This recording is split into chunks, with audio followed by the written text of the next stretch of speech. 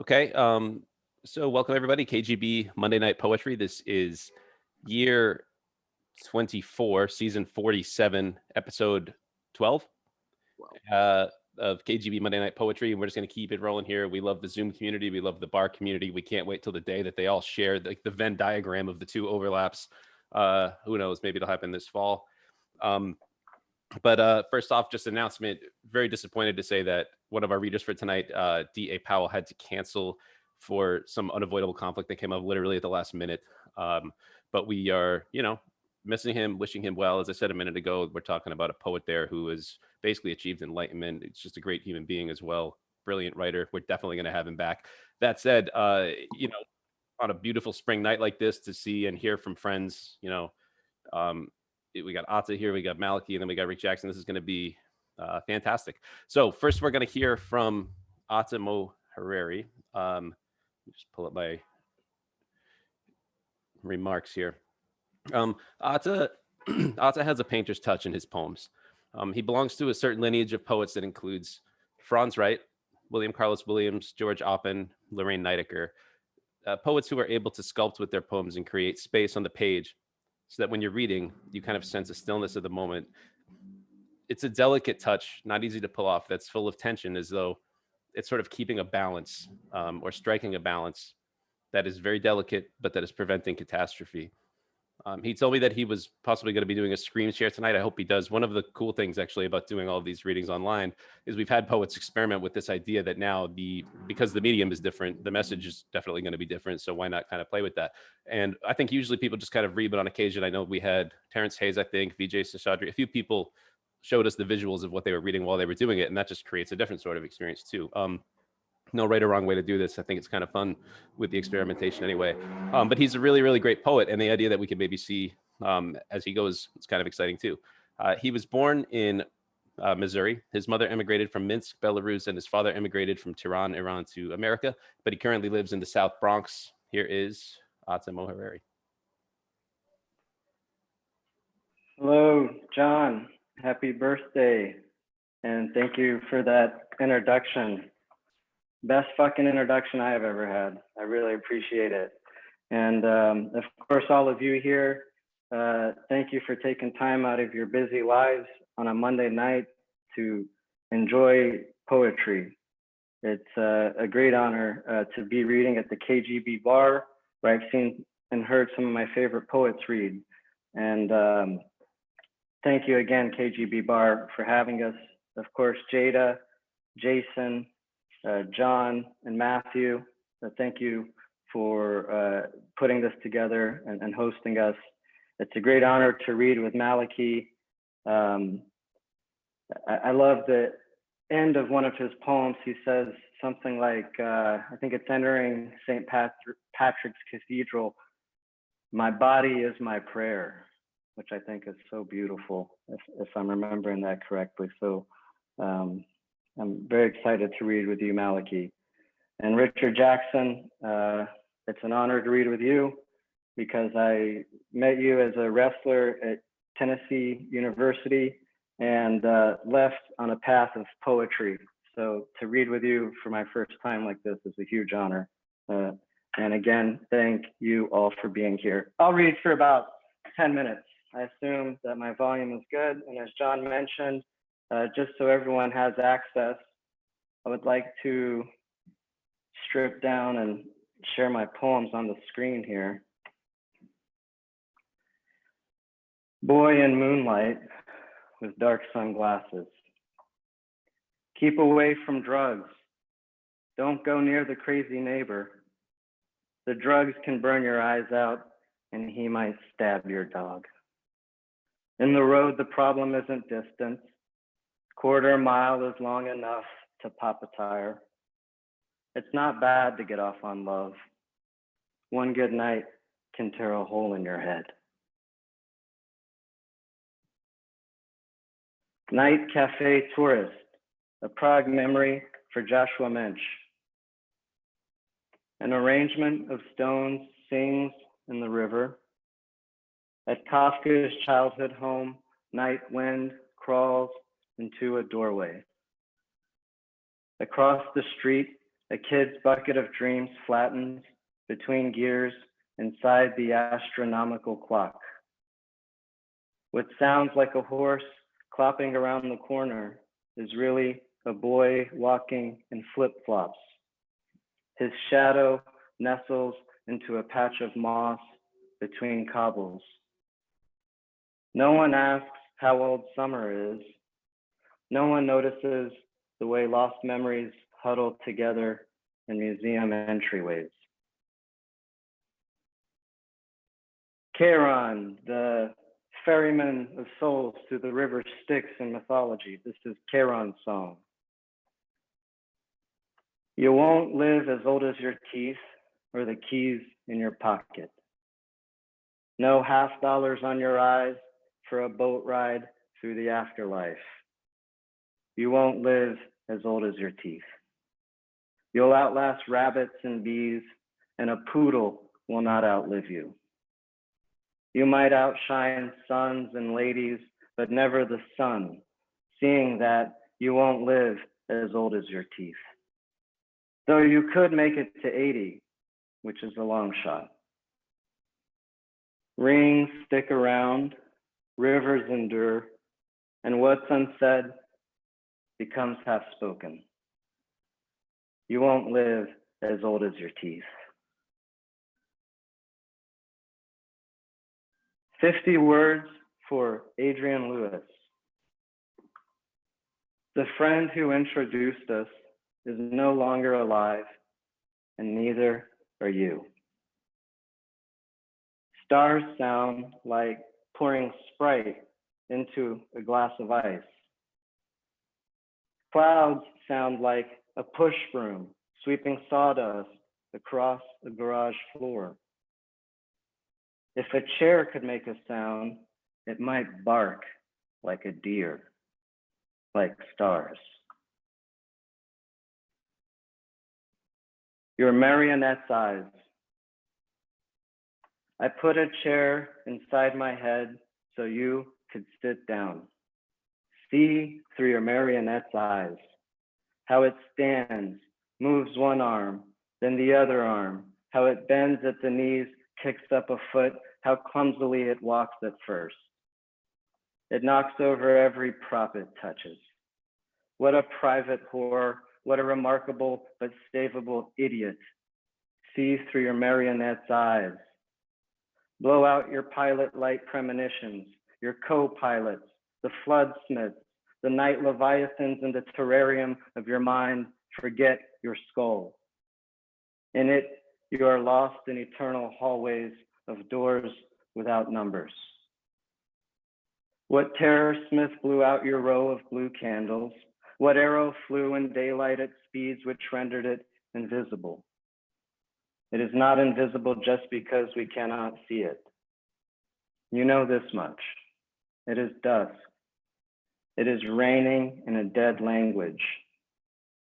It is raining in a deaf tongue, green again, a mist of green around very far away branches.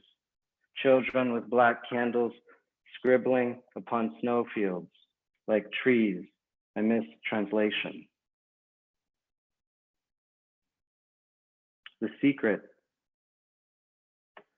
I look for you between the waves and the dunes, where a breeze opens its little hands, then draws them together again, where salt mingles with light in the air.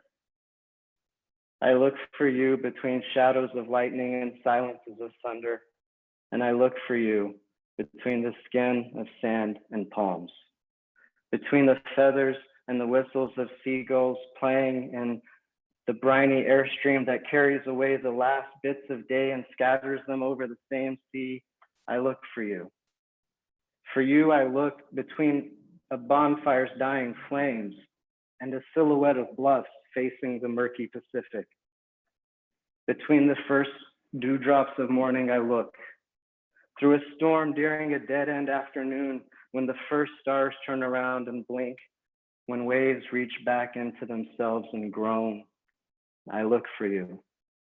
I look for you between the silence and the hope of people watching a sunset as the last stars open their eyes after praying with the wind, and I don't find you.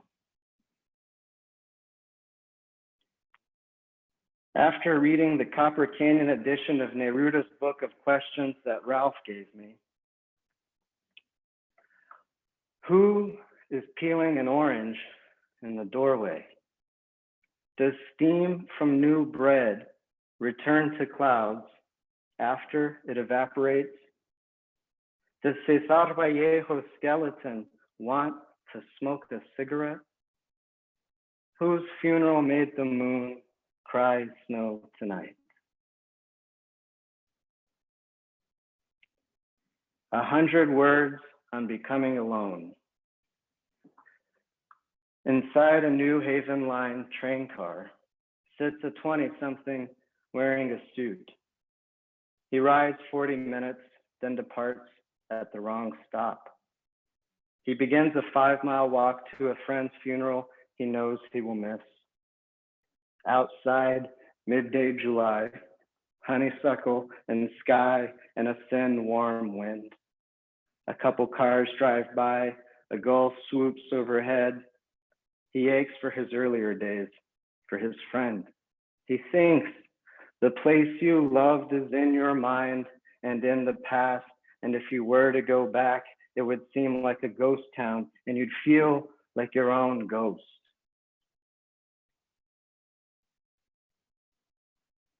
Nuts and bolts, after Vallejo.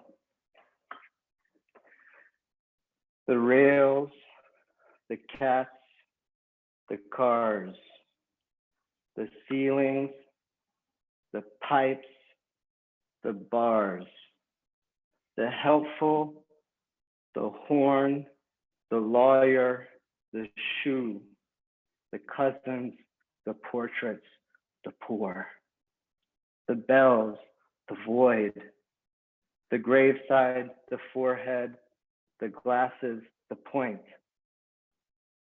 the drowned, the risen, the burned out, the crumb, 50, young, those done over, those scared, those broken, those felt up, those pinned down, those linked.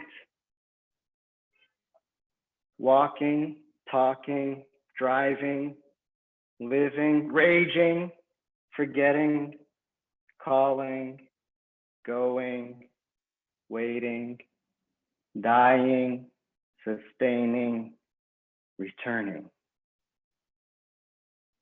Afterwards, beforehand there, afterward, below. Maybe, meanwhile, almost, so little always, so always, above, beneath, between, distant, here, these, so much, so always, so always. And again, thank everyone for listening. And again, KGB Bar, Malachi, I look forward to hearing your poetry. And you too, Richard Jackson. Happy birthday, John Deming, Jada, Jason, Matthew. Thank you. This is my last poem, and it's also the most recent poem I wrote. It's called Signal. A useless chain link fence covered with frost, slantways to the ground in an empty field on a dark winter's night. The feeling of waking up on a comfortable sofa while it's raining and as dark as the warm shadow in the soft red of your mouth. The smoke and suede smell that a candle throws, the wick protected by glass, or the pale yellow light on the curtain behind it. Or the time that wraps tightly around us like barbed wire or an overcoat, which keeps its own time on our knees. Or that rope lying on the ground beneath a foot of snow, holding onto nothing, not even the air you breathe. Thanks.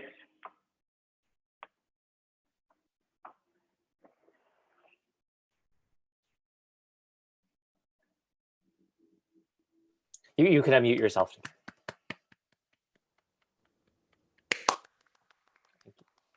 All right, thank you, Ata. Wonderful. Yeah, you can take a look in the chat for some love there. I was going to mention that before. Also, everybody, we do love it when people, if you hear something that you like, it's fun to kind of write the line in the chat sometimes. Bark like a deer definitely stuck with me as well, man. That was great. So thank you.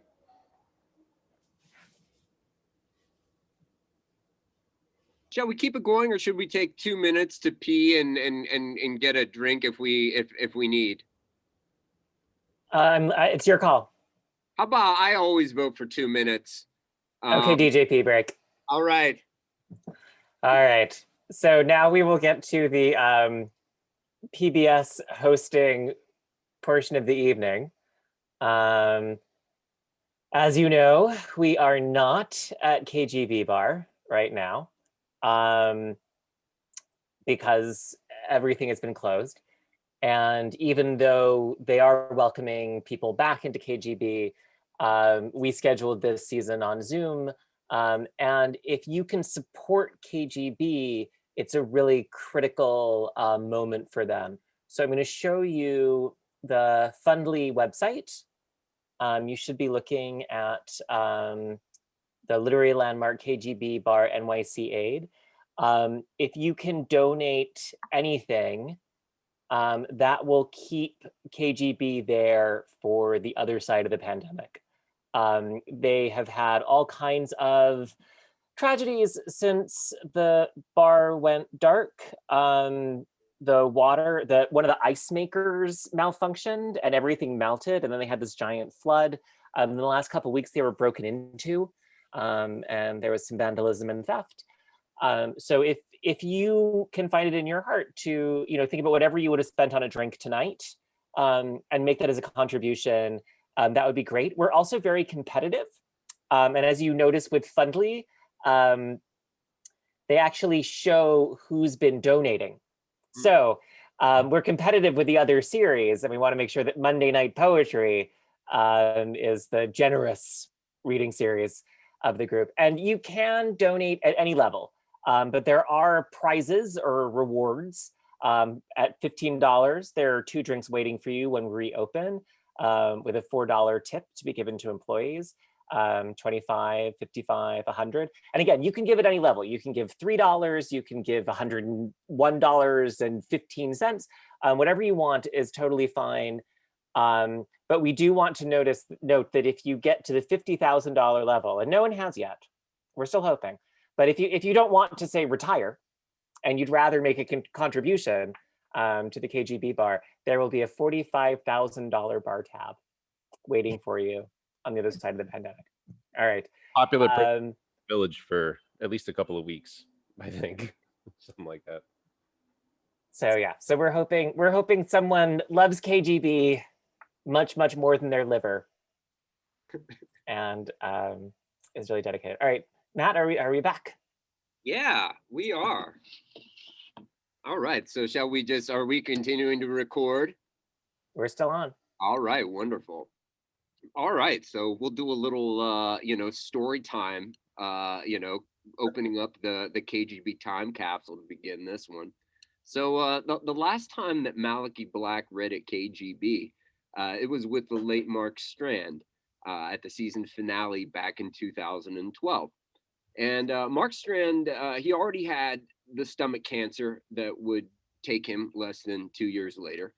And he gave a hell of a reading. He was laser focused. He was energized, dynamic.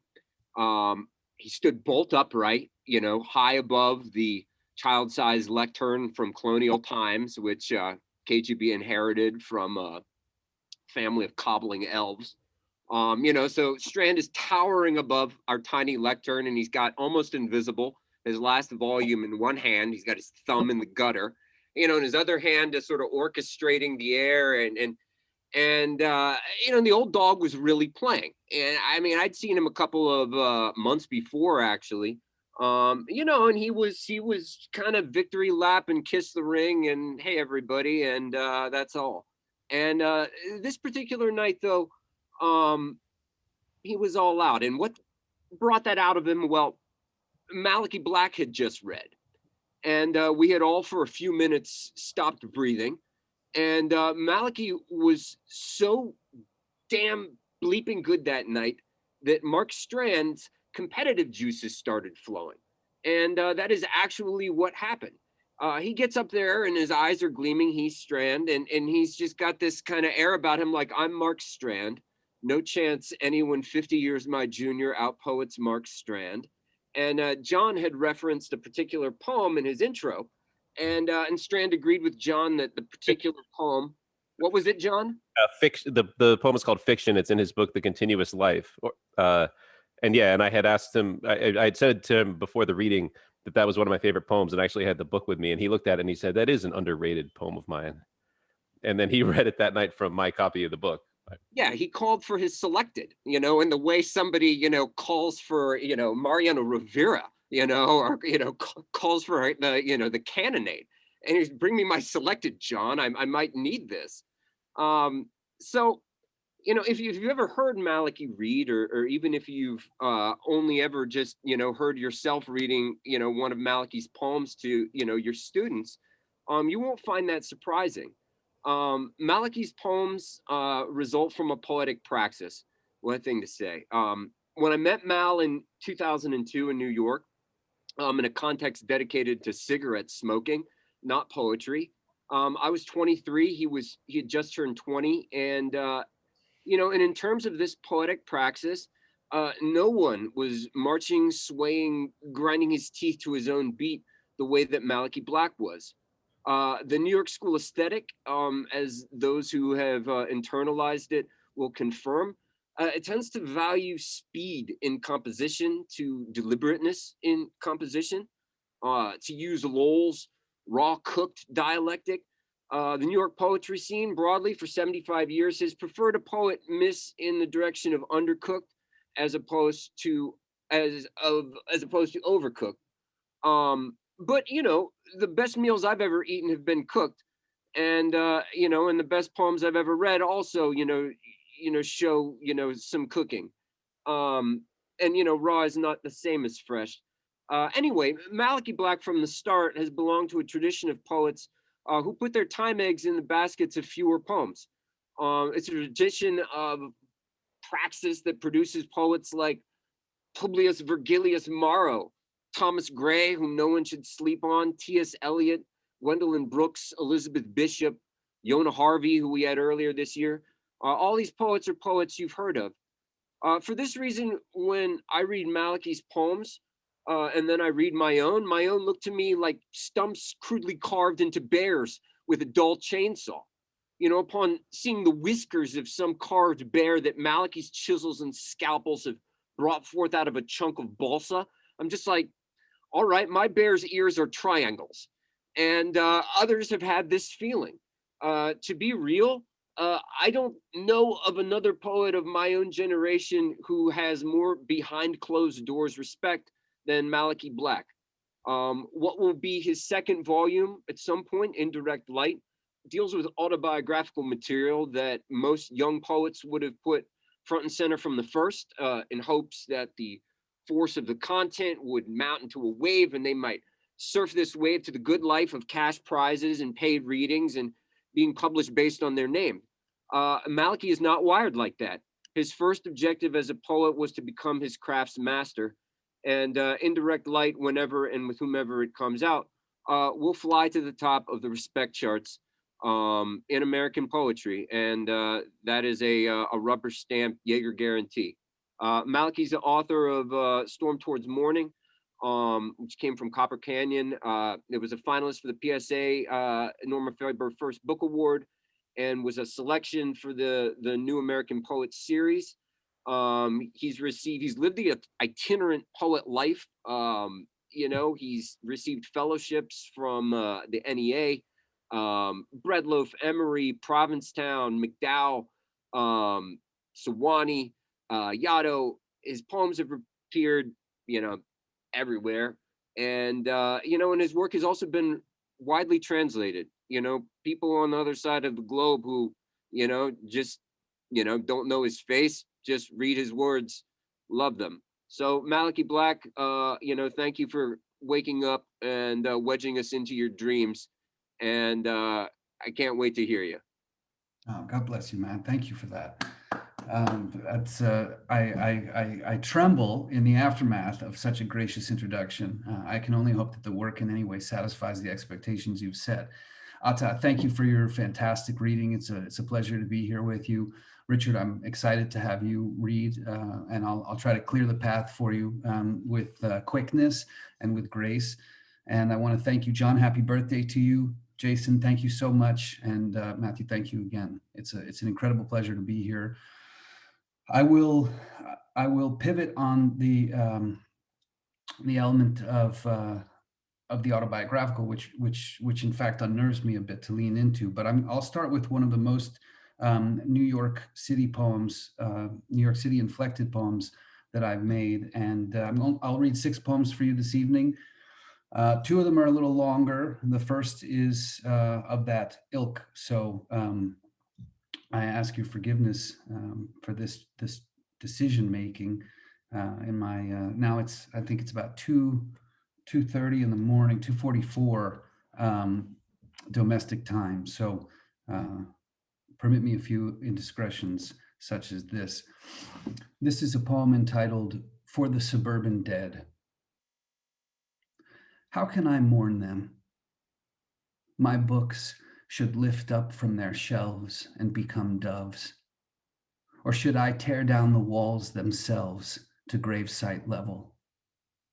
Having passed through the convoluted plumbing of the long pneumatic tube that swallows all beginnings into one glass afternoon, I turn the lock to my apartment, no less stung, no less befuddled than a tourist exiting the subway uptown when the map had let him run a sure confirming finger to the south.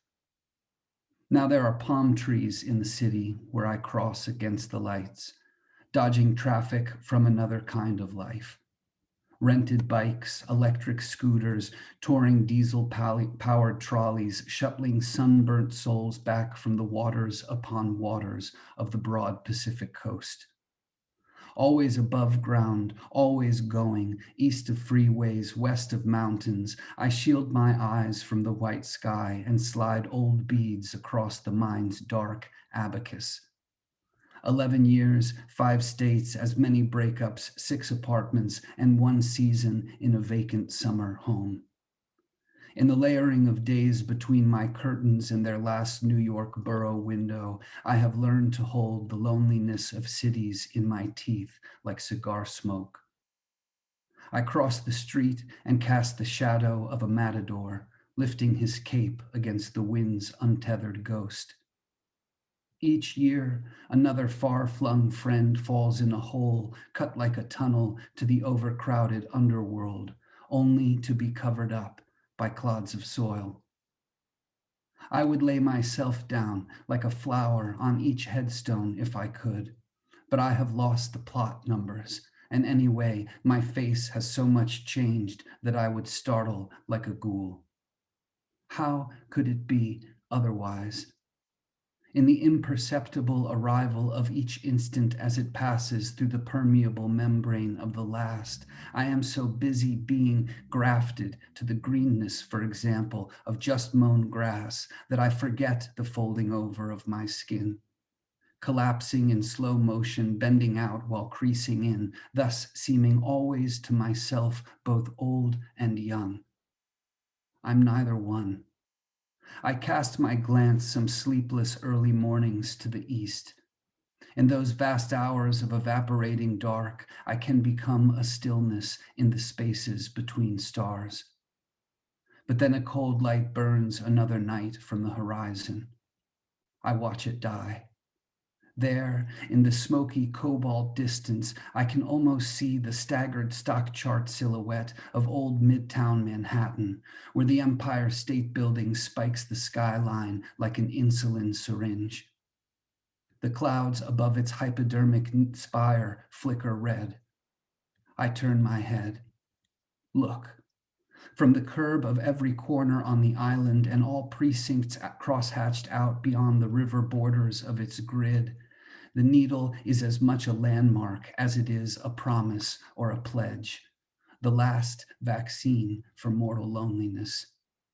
Doctor, your bag is being carried through the doorways you just left. I was a patient once. Now I have traded pallor for a tan.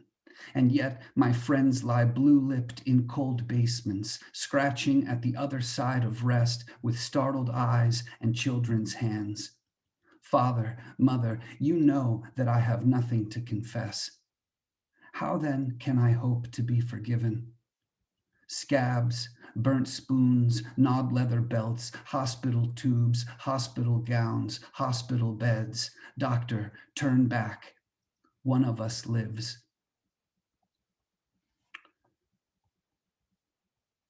Like Atta, I will refrain from much interstitial monologue. I frankly, I failed to exceed in that category. This is into the mouths of saints. Lord, I am stung. Your name crisp as a wasp upon my tongue. I blister, lame, less than I am, numb from wanting. Clenched as the mantis is, I knelt in dust, stuttered open, full of throat and pulse, each red cell swollen like the locust's husk with longing. But oh, hollow vowel, hum of the bare folds of the breathless lung, your prayer has emptied me of breath begun in calling. All I know above me is the echo of my own voice, baffling the absence of reply. This is Indirect Light. It's from a sequence of poems of the same name. This is in memory of Scott David Campbell, born 1982, dead 2012. Streetlights were our stars, dangling from the midnight in a planetary arc above each empty ShopRite parking lot, spreading steam bright through the neon dark, buzzing like ghost locusts, trembling in the chrome trance of an electrical charge nested in each exoskeleton, pooling a single syllable of light from the long braid of the power lines, sighing above us as we climbed through bedroom windows with our hair combed and our high tops carefully untied. As we clung to vinyl siding, crawling crab-like across rooftops, edging toe first toward the gutters so as not to rouse the dogs. As we crept down onto cold drain pipes through the lightning in our lungs, leaping at last into our shadows and at last onto the lawn, landing as if in genuflection to the after-hours fog. Fluorescent as the breath we left beside us on the train tracks as we walked, each toward the others, and the bare bulb glow of stardust on the dumpsters in the vacant late night, lost. Old Polaroids. So this must be the color of the past, a light as amber as the whiskey in my glass, the ice long melted. There, a tint of antique paper in the unsuspecting air embellishes the silhouettes, yellowing the glare into a jaundice. Like dinner silver tarnished to a patina of brass, each shine has lost its polish in the drawer where it was left. The teeth, the tightened eyes, the hair, the flash caught in old eyeglasses, once noted for their stylishness, now clownish, graceless, brash. Some things are ugly simply for their earnestness. We stand in for ourselves, arranged like storefront mannequins left in their window years after the business has collapsed. Our faces blanched, our gazes dead behind the glass. We look but can't look back. From time to time, an aging passerby looks in. He frames his fading face with jaundiced hands. His eyes are blank. He squints. Holding a book I haven't read for many years. I lived once in a burned out Ford sedan. I knew only the make. Its ornaments stood bald and undaunted on the hood, but its word, the block script of its model, had been pried off by the junkyard hands of a drunk vandal, or perhaps just lost to dirty weather and the rising hunger of a purifying flame. I knew this as the fate of every shibboleth. I myself had first been made and then remade by the raw force of the elements, my name spoken and sung until it was a name broken and spun like the clear web of a spider hanging from the rearview mirror of a burned out Ford sedan. The doors were crippled in or soldered shut, but I could bend and lever my thin bones over the windowless side panels. I slept in the back seat like a bad thought. Or tried, turned on my side and counting each bright shard lodged within the galaxy of cracks in the front windshield. I was young. All signs were still, to me, illegible. I strained my eyes, blurring to mist each form drawn by the dark, scanning the horizon for a movement, some trace of living code, a mark, and then found none. Only the vague cone of the moonlight as it broke like chalk against a blackboard. I was alone. The nights were slow, and so I gave myself back to the duct-taped bench seat, summoning each breath out of bent spring and crumbling foam. I had wanted a new sacrament. Instead, I was a child king in a paper crown, ceding his power to a parliament of clouds. Their shadows marbled the windshield as I looked through my reflection looking out. The eye inside the eye, reading itself inside my private hall of mirrors on the chassis of a burned out Ford sedan. I rode the circuit of self-reference. Then I fell back, exposed, a runaway, cheeks raw, teeth chipped, lips cracked, lifting my gaze as if tilting a telescope, and saw indelibly, at last, beyond the windshield and its whorl of shattered glass, beyond myself, beyond the veil, beyond the blank moon spinning in its trance, the infinite extension, intergalactic, edgeless, incomprehensible as distance, dimensionless, as indivisible as measureless, unraveling itself out of itself and closing, opening and folding, knowing and unknowing, expanding like an unrestricted lung. And so it was. Perception scalded me like prophecy. I shuddered breathless, risen up, quickened but suspended in a vertigo above the junkyard planet wheeling in its carousel of rust under a burned out Ford sedan. Released from equilibrium, I saw the world unwind the substance of its forms from the half-light, each shadow being absorbed by the young sun. And then I felt the meaning of it fall from me, a shiver of lost knowledge blown off by the wind of some new life, each intimation skidding on Earth's surface like a page torn from the cracked binding of the book I hold tonight in my rough hands. With age, the ink has been effaced. The words are changed to apparitions, dim impressions. I trace each withered symbol where it fades, but what I see, I can no longer understand. Indirect Light, in memory of Michael Chapman, 1978 to 1995. The only earth we knew then was the earth we would outgrow.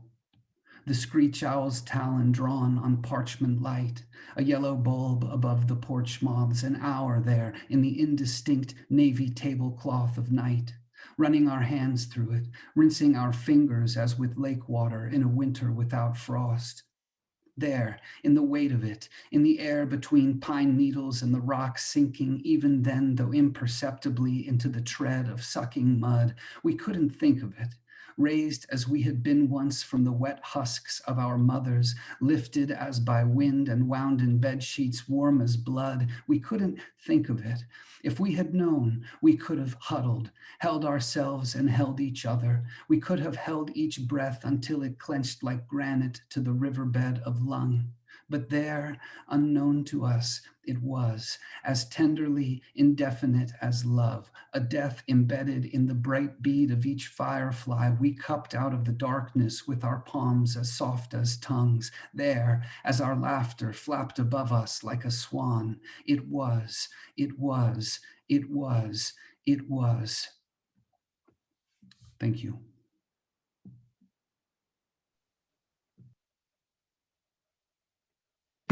You may unmute yourselves again. Damn, man. Beautiful.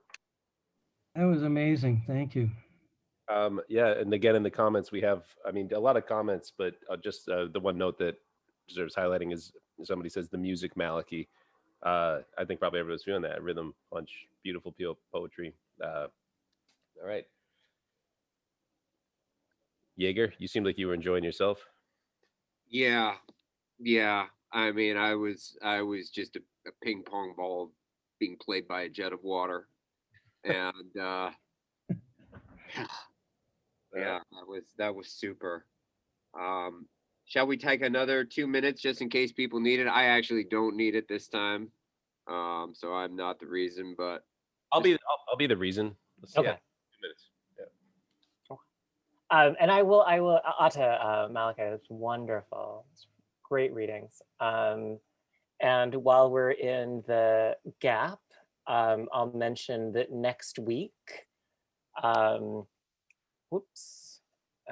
next week, our readers will be, I always want to make sure I get this right, David Lehman, Nin Andrews, and Denise DeHamel. So that is a reading you're not going to want to miss. And of course, the link is stable through the season. So the link that got you here tonight, if you're here tonight, you can get back in next Monday. If you've missed any of this season, you can go to our YouTube channel, and I will put a link in for a recent reading, and all of the readings are archived. And I will admit that I was a dissenter to our recording culture, that as someone with some training as an archivist, it bothers me that we're sort of creating so much stuff.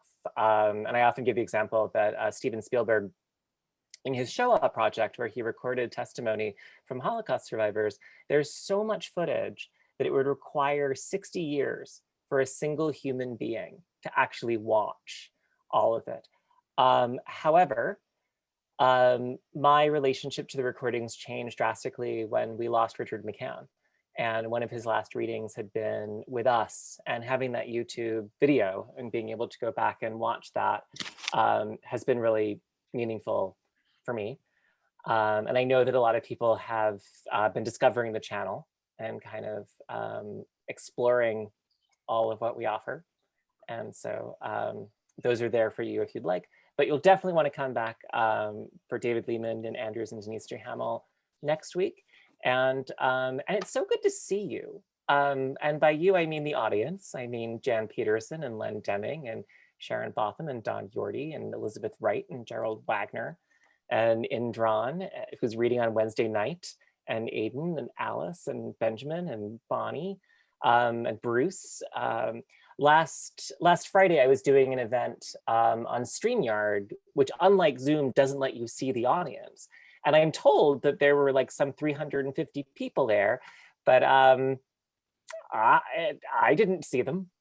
I don't know. There could have been 3, there could have been 5, there could have been 1 million.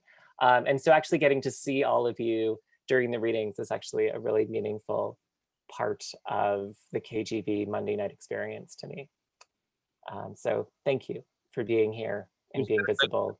And I think that being able to see the faces of the audience, or like honestly, even if it's just the names or whatever, because we have a lot of regulars who sometimes have their cameras on, sometimes don't, whatever. But all of a sudden, it does have that feeling of being in a bar every Monday, where you might see somebody, and talk to them for an hour, and then the next week you see the same person and you kind of only get a chance to talk for 10 minutes, and then something else. Maybe one week's more crowded than another. The sort of ebbs and flows on this have been so bizarre, and sort of like mimicking of the bar. And I'm interested in, again, as I was saying earlier, seeing what happens when we combine the two, you know? Yeah.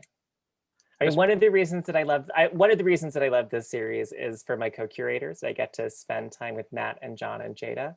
Part of the reason I love this series is because of the amazing readers who are generous enough to come and read, as you've already heard tonight.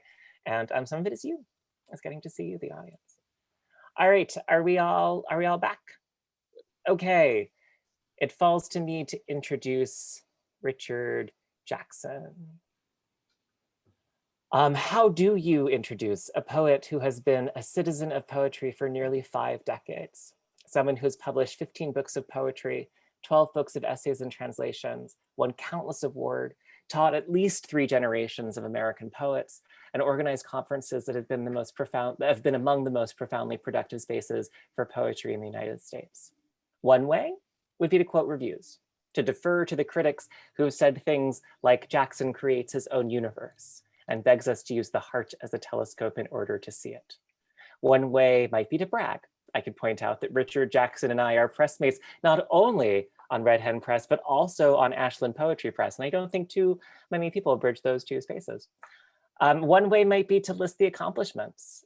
He's received a Guggenheim, a Fulbright, an NEA, an NEH, 2 Witter Binner Fellowships, the Prairie Schooners Reader's Choice Award, the Crazy Horse Prize, 5 Pushcart Prizes, many appearances in Best American Poetry, the Order of Freedom Medal for literary and humanitarian work during the Balkan Wars from the President of Slovenia. When someone has done as much work as Richard Jackson has over as much time as he has, I've learned it's a fool's errand for someone as junior as I am to try to sum up the work. A poet like Richard Jackson, to quote Whitman, contains multitudes and has lived through so many movements and been part of so many things that it's impossible for me to reduce it with any kind of reductive introduction. So allow me simply to welcome Richard Jackson with an expansive gratitude, respect, and humility. KGB Bar, I give you all of Richard Jackson. Wow, thank you. That is humbling. I don't think I can live up to that in any way.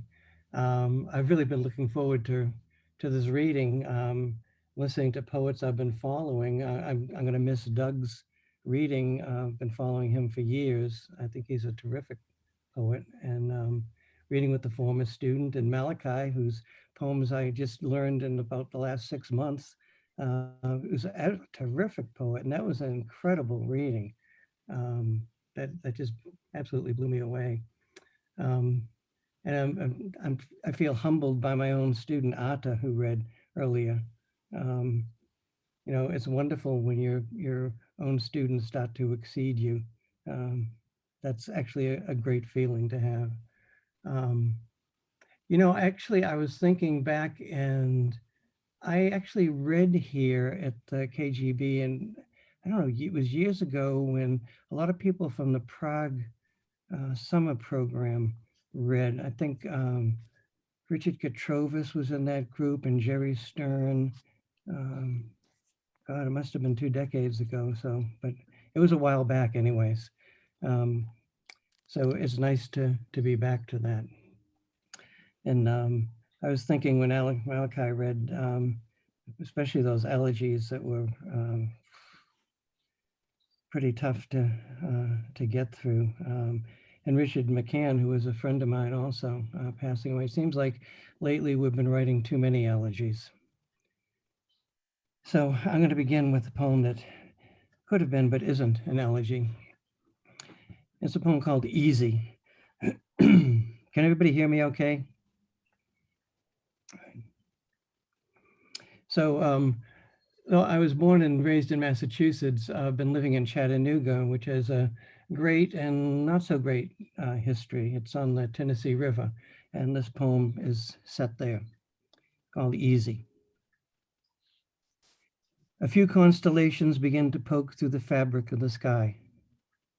Bits of moonlight rub against the water.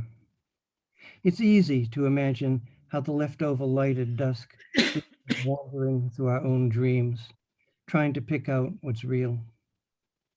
It's easy to see the man at the railing of the Walnut Street Bridge as a jumper. Just think of the way his lost past sits like a squatter on his heart. How whatever he dreamt has gone on without him. Is that why he has tossed a few coins in the sax player's case? Night birds in the trestle above him keep repeating things he can't say himself. There's the mold in his fridge, the shadeless lamp, you can imagine the rest. There's always a note someone saved. Do you think I'm making this up because it's so easy? It may be that our words colonize our feelings, that we know everything by its opposite. Why is there something rather than nothing? The philosophers always ask. We really can't escape what we dream. I wish I could know if the man were going to jump, but then what would I do? I've come here to listen to the music, not to write this. Words have their own agenda, and it doesn't include us. So it's easy to see how our histories get lost, the way those plastic bags that were once filled with items we've long forgotten accumulate against this chain link fence. Each star we can name is surrounded by its own darkness. There's a river's darkness in every history we know. Not so many years ago, they hung two black men, Ed Johnson in 1906 and Alfred Blount in 1893 on this bridge, continuing as it were after Columbus, who enslaved and let be raped over 250,000 Indians in Hispaniola. And now they're uncovering another mass grave in Mexico, more in the Sudan, opening like trap doors to the soul. And it would be easy to file that away and write about something personal and forget everything that's happened. It's easy to stand by like the bystanders who recorded the assault on Gilbert Estrada, age 51, in San Diego on their cell phones. In truth, they hovered over their own shadows. There's a hive of stars gathering above the bridge. I would like to find the words to make sure the man only looks longingly at the way night has begun to deepen itself in the river. It's easy to drown yourself in words that drift out of your past. Don't play what's there, play what's not there, Miles Davis once said. And maybe that's the answer. We have our being in others, Paul Tillich wrote. When a fish splashes the water with light, we want to take it as a sign. I've said all about I can. I'll keep watch until the bridge is cleared. Venus has sunk below the far hill. Round midnight, the sax player starts up again, just to keep breathing. Our own lives are littered with darkened voices. Why was I born? Played Kenny Burrell and John Coltrane, and the night blows over. It's a question you have to answer on the bridge. It's not easy, but it's up to you.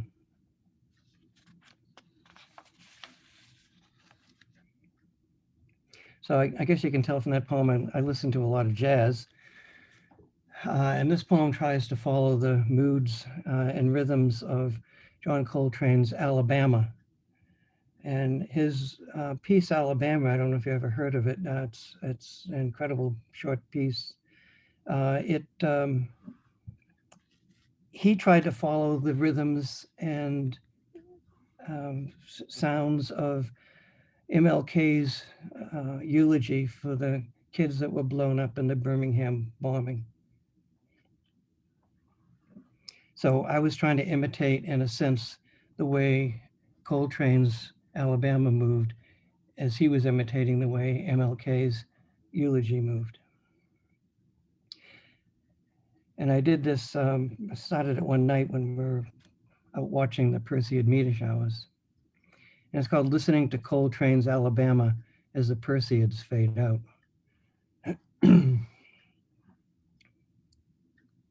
Nothing can explain how to love a world that sets the heart's clock always out of sync, where the meanings of our words are ambushed by the kind of hate that becomes a 16th Street Baptist Church bombing, September 15th, 1963. Nothing to explain the way Coltrane's horn starts to speak over a trembling bass, tracing over the words of King's eulogy, borrowing phrases and cadences until the pressure mounts into a collision of dirges, as if the music itself were trying to speak. Nothing to explain how, when I first read this story in the Eagle Tribune, I still believed our dreams meant something that we could never find out. Even now, the day begins to leach into the night, the way a few hopeful notes seem to hover like doves over the band, or the way Anaximander once described the world as a silent rock floating in space. Now it seems Coltrane's whole quartet has entered the church, everyone going everywhere to arrive at the same note. I can see a thin line of grief shimmer on the ridgeline. 4 girls, Addie, Denise, Carol, Cynthia, one of them beheaded beneath the rubble. The wind tried for hours to rearrange their dust. One story followed another like geese until there was no story, no trial, no conviction. When Coltrane came in over McCoy Tyner's piano and its slow lament, he already knew the future was exactly the past. The silences and pauses tell a story our words cannot. Coltrane didn't play music. He played the heart. Here, even the insects seem to have stopped out of respect. There's a wind that is not even a wind in the trees. Anaximander knew our world was a box whose sides were endless. Coltrane knew our world was the church whose sides collapsed. Alabama. All he needed was that one word, Alabama, rolling down the register and trying to lift itself at the end with a desperate sigh. I'm writing this just north of the state of Alabama. The media's in the darkened sky telling the same stories Anaximander heard, or maybe the dreams of those 4 girls still wandering off ahead of them forever. Now Coltrane, too, seems to cry at the end. And if you listen close, you'll swear you hear his voice whispering against the stories that set the killers free, stories that staggered along the courthouse halls until too late. The music stops, and you have to play it again just to breathe again. The shadows on the lake start to blot out the stars. There's nothing to tell the owl who continues to accuse us all. Nothing to tell even the fish who continue to nibble at the surface of the water as if to test, then reject the only world they can see. The Perseids go on silently year after year. And tonight, there's nothing to explain how the soul's music laments its own music, a music now lost in the pure music of grief.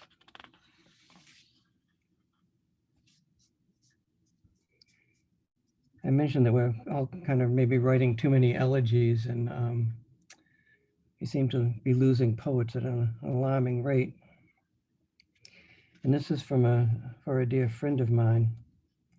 It's called Elegy Walking Through the Woods, and it has an epigraph from one of his poems by Ralph Angel. The poem actually ends, a little poem of his, "An angel comes to me and taps my lips." I wrote this, started at least at a cabin that we often go to in North Alabama. There's a touch, as if of a passing cloud, that we hardly feel until later. It's the chill that time leaves behind, the track that tells you who or what has passed before, the grass folded down where the deer spent the night. That morning, for instance, when my dog lay 2 weeks on the spot where her companion died.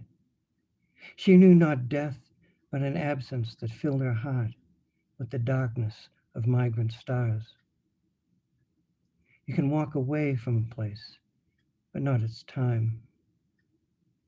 Or else the footbridge here I can no longer cross after yet another loss. I am walking on an ancient riverbed high above the river that tells us how we are poured out like water. There are millennia stored in the earth beneath me. There are times standing still when you can feel the earth move again, revealing our loneliness among the depths of years. How cold now, the late day's light. There are innumerable prayers nesting in the trees. A coyote flickers between the trunks. The fish lie dormant in their dreams among the boulders strewn about. What you would have called gifts from the cliffs above them. Now daylight starts to find a place to hide among the caves and hollows. An owl has left behind what it hunted as a sign we are never safe. Some of these words have hunted for an easy consolation. Yet how deftly the wind whispers your angel's voice through the spare winter branches. How fragile this horizon of birds whose names I have lost. There's a strange evening light that seems to linger in the woods beneath the darkness, what my own father called tomorrow's spirits. It seems right now to walk among them while the sun sets, while a full moon begins to rise among the spare lines of a few cirrus clouds. I've opened that moonlight, knowing you were there.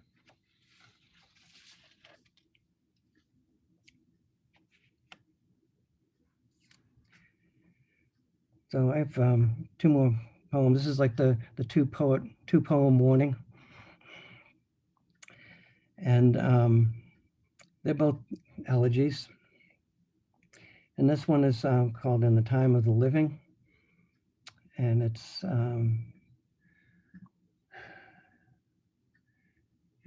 for Bill Merwin. I met him in 1983, and we basically talked about ecology and trees most of the time. And we lost him just fairly recently. And it has an epigraph from one of his poems, "I who have always believed too much in words." How often we imagine the sounds of buried insects. How often our words are the ghosts of those we've lost. So many moments are filled with their own endings. By the time we think we hear it, the airliner is already out of sight. Our lives dissipate like its ice crystal vapor trails against the early moonlight from winds too high to hear. Each night, the deafening sounds of stars die before they reach us. Their light bends so much, they are never where we see them. High over the gorge this afternoon, an eagle whistled a cry I could almost hear. These cries, you once said, are frozen in another age. How often we believe in nothing as if it is something we trust, like a man tracing the circle he will walk. He doesn't see the heron who disguises itself as a spring sapling while watching the fish watch him. An otter and a chatto disappear down a muddy riverbank. Meanwhile, the news of your passing glides in along gravitational waves we can't feel from places we can't see. The heron still hasn't moved. There are distant highway sounds and the sounds of attacks on trees, on water, on air. There are the silenced voices of the latest massacre. Whole galaxies collect themselves in eddies and currents that will someday watch over us. How easy it is to back into these darkest of worlds. The heron lurches off now, following the river's meander downstream, as if he were a divining rod. Once, far from here, the northern lights seemed to glide over me on their enormous wings. I'm trying to believe in a world whose names I can't pronounce. In this way, we become metaphors for how we want to live, even as our own dreams take flight. We say 2 planets line up with the moon, but that is only what we see from here. They care nothing at all for our geometry or beliefs. Zacharias' visions of horses as wind and trees as countries tell us there is a hidden world living inside this one. It is like the world the heron knows beneath the water. Words we say are doors that lead to dark or light passages. Maybe we will all be born into another language whose words hover like those new dragonflies refusing to land before they die. That is why we never want the poems to end. That is why the heron traces its own shadow up and down the river. The rowers have no idea of the drama he has been writing, of these words rippling the surface before they vanish. A bat silent sounding shudders against the coming wall of night. The heron drops whatever past he's been holding in his bill.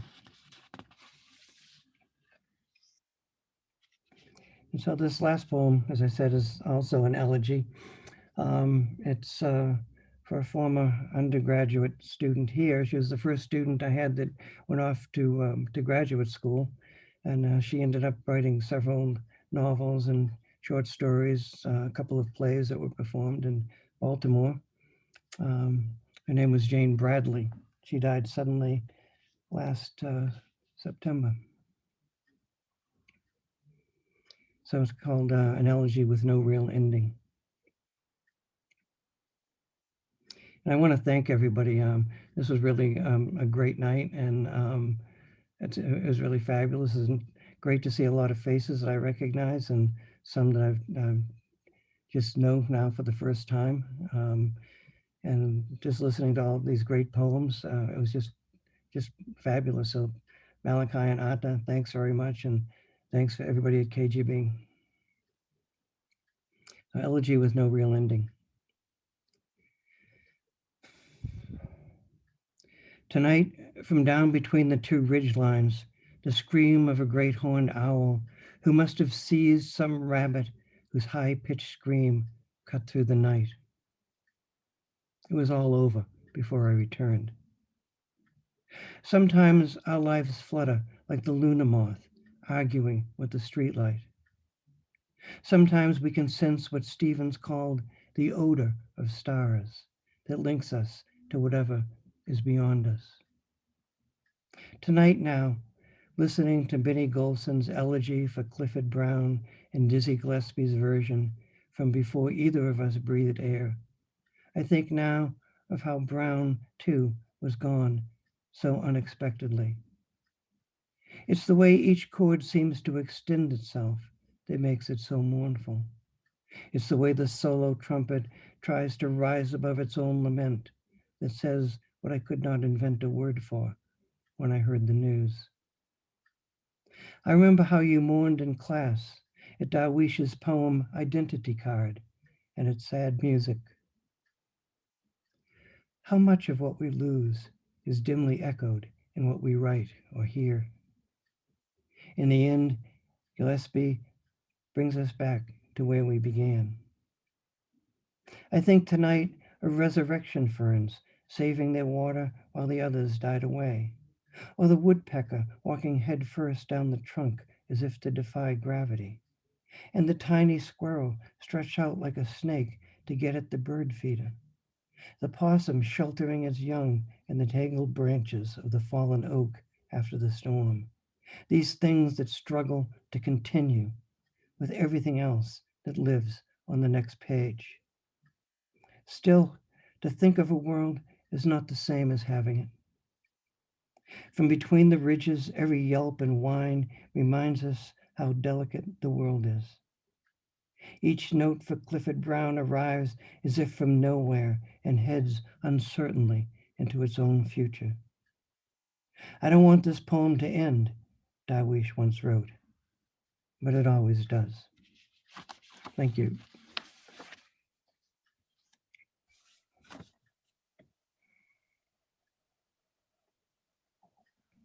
You can unmute yourself again. Oh, thank you so much. That's really wonderful.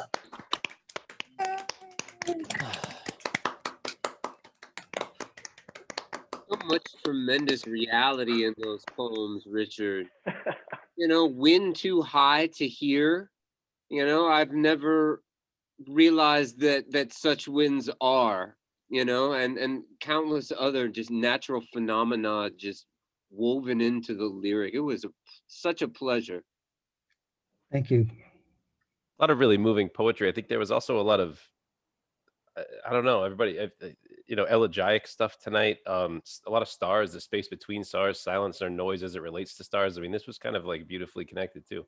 You guys were all great. Yeah, I noticed that. It was kind of like one poem. It was kept going all night. Yeah, thank you guys very much. If you told me that you had coordinated, that the three of you had planned all of this together, I completely believe you. It was such a seamless and smooth and really beautiful arc across the night. Yeah, it was just it was magic, and you know, and it's so great to see so many. I mean, Laura Kronk's in the crowd. She delivered a wonderful reading earlier this season that if you weren't there, you should go and visit it on YouTube. You know, and just I don't know, I love that this reading spanned much of the globe as well. Yeah, well, Malachi's halfway around the world, and I guess Odd is in the Bronx, right? The Bronx is the world Yeah. for me. It's a long train ride from the Bronx to Vilnius, but Yeah. they built there's a tunnel. Especially with all We'll make it happen.